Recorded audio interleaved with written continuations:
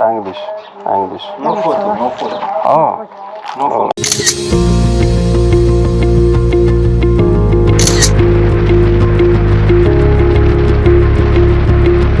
Bize ürkütücü gelen bu manzara buranın sakinleri için sıradan bir sabahın parçası aslında. İnsanlar sevdiklerini defnettikleri bu dar alanları hayatta kalabilmek için birer yuvaya dönüştürmüş durumda.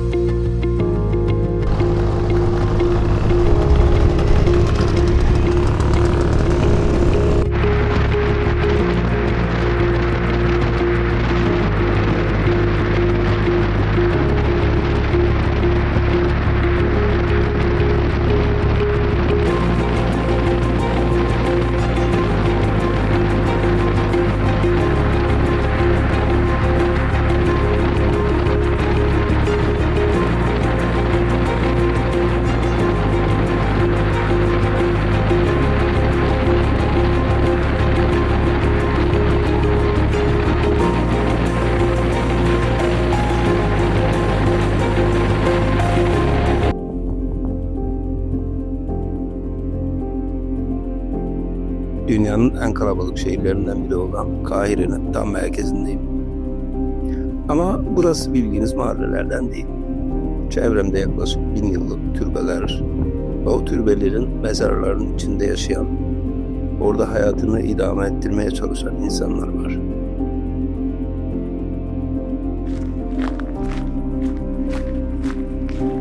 Burada hayat akmıyor değerli dostlar.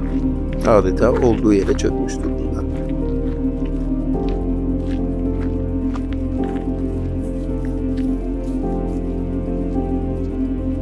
İnsanların o donuk bakışlarında hem bu toprakların yükü hem de buraya sıkışmış olmanın o sessiz kabullenişi okunuyor.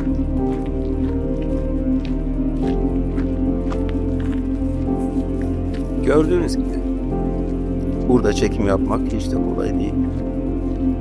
Yerel halkın bir kısmı halinden memnun değil açıkçası. Bir kısmı ise görünmekten çekiniyor.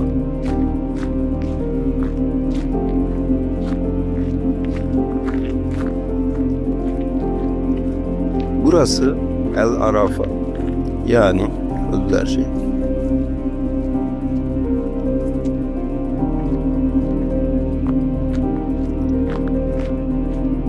On binlerce insanın ölülerle aynı çatıyı, aynı odayı, aynı kaderi paylaştığı o yasaklı bölgeye gidiyoruz.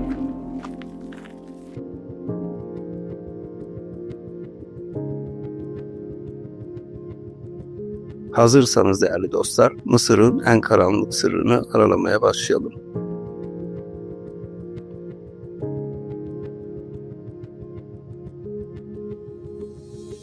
Peki bir insan neden mezarlıkta yaşamayı seçer?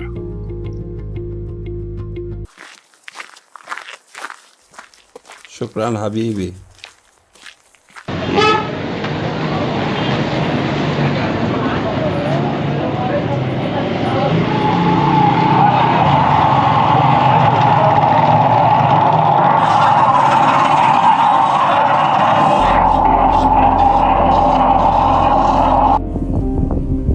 Aslında hikaye çok eskiye, Memlükler dönemine kadar gidiyor.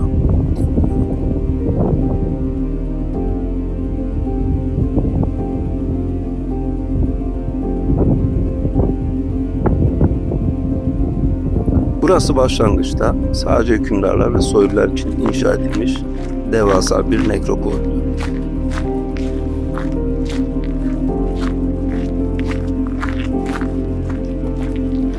Ancak bugün tanık olduğumuz şey bir seçimden ziyade bir mecburiyet hikayesi.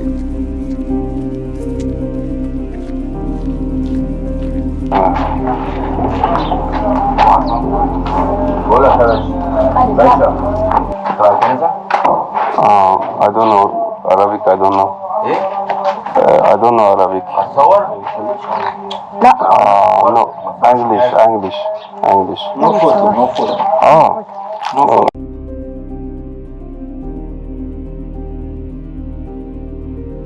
1992 yılında Kahire'yi vuran o büyük deprem binlerce insanı bir gecede evsiz bırakarak bu sessiz sokaklara sürükledi. Bu manzarayı anlatırken kalbimde bir sızı hissediyorum. Çünkü biz de kendi topraklarımızda depremin bir şehri nasıl yok ettiğini, nasıl insanları bir belirsizliğe ittiğini en acı şekilde maalesef tecrübe ettik. Coğrafyalar her ne kadar farklı olsa da o enkazın altında kalan umutlar ve sonrasında verilen o çaresiz hayatta kalma mücadelesi her yerde aynı dili konuşuyor. Buradaki insanlar için Ölüler şehri sadece bir barınak değil, tıpkı bizdeki gibi yıkılan bir hayattan sonra tutunmaya çalıştıkları son bir sığınak aslında.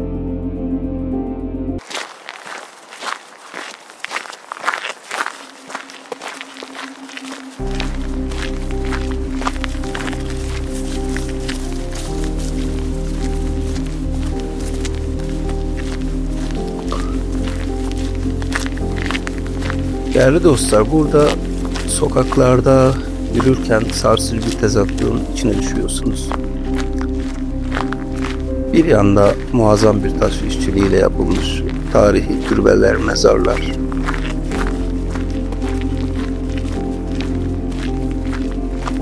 Merhaban, keyfe halık.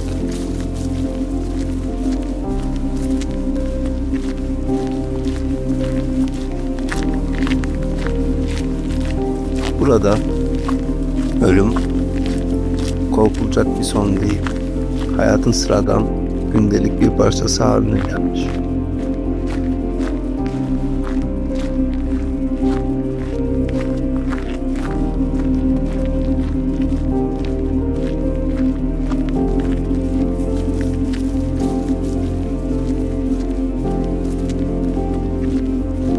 Değerli dostlar, burada bir yerde kamerayı kapatmak zorunda kaldım çünkü çekim yapmamıza izin vermediler.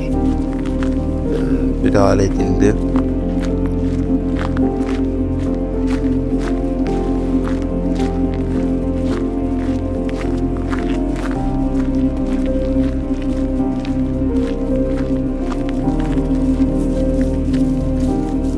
Ondan sonra kamerayı bir kenara bıraktım. Onlarla göz teması kurup neden burada olduğumu anlatmaya çalıştım.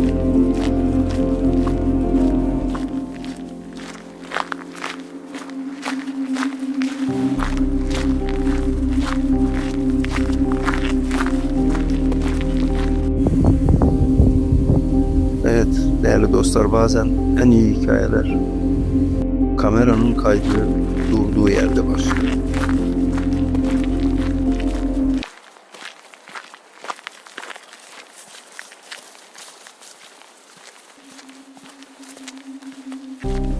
İşte bu yüzden belgeselin geri kalanında göreceğiniz karelerin her biri aslında verilmiş bir iznin ve zor kurulmuş bir güvenin sonucudur.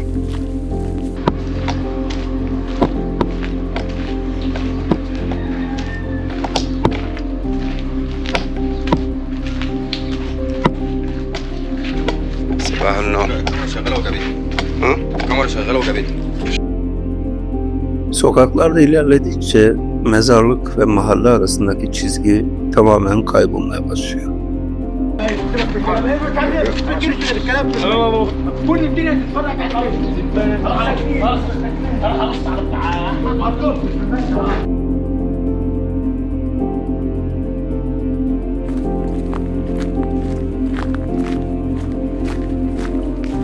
Buradaki yapılar aslında birer aile kabristanı olarak inşa edilmiş.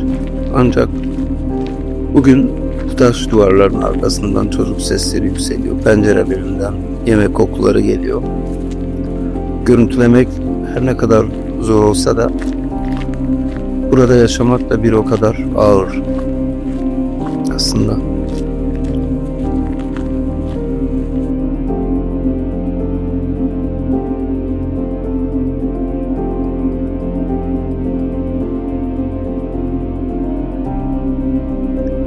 İnsanlar sevdiklerini defnettikleri bu dar alanları hayatta kalabilmek için birer yuvaya dönüştürmüş durumda.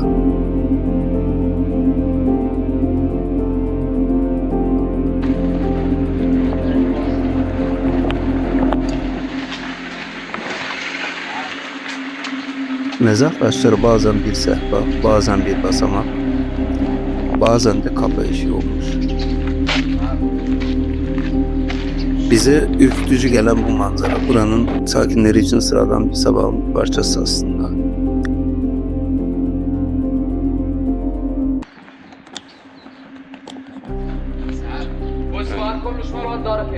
Aslında onlar için ölümle iç içe yaşamak bir seçim değil.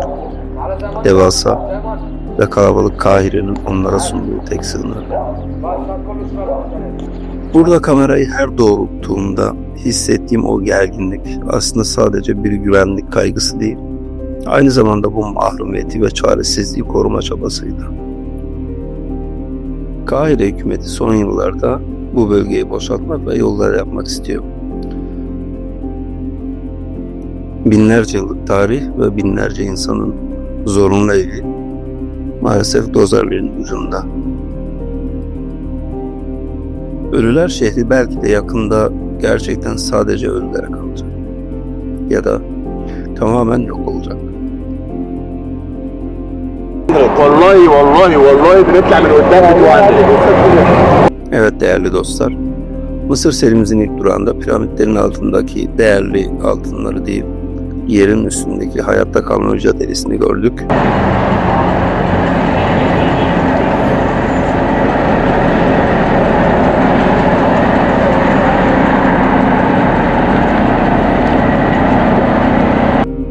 Şimdi bu sessizliğin ve kaderin hüküm sürdüğü sokakları geride bırakıyoruz değerli dostlar. Bir sonraki bölümde sizi bambaşka bir dünya bekliyor.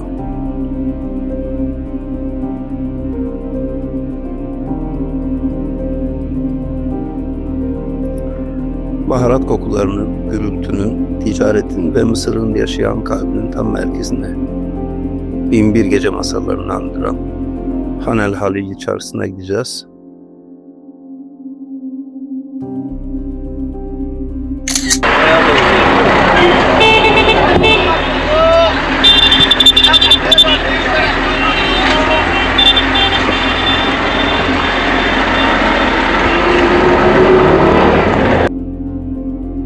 Ölümün sessizliğinden hayatın en canlı meydanına bir sonraki bölümde görüşmek üzere dostlar.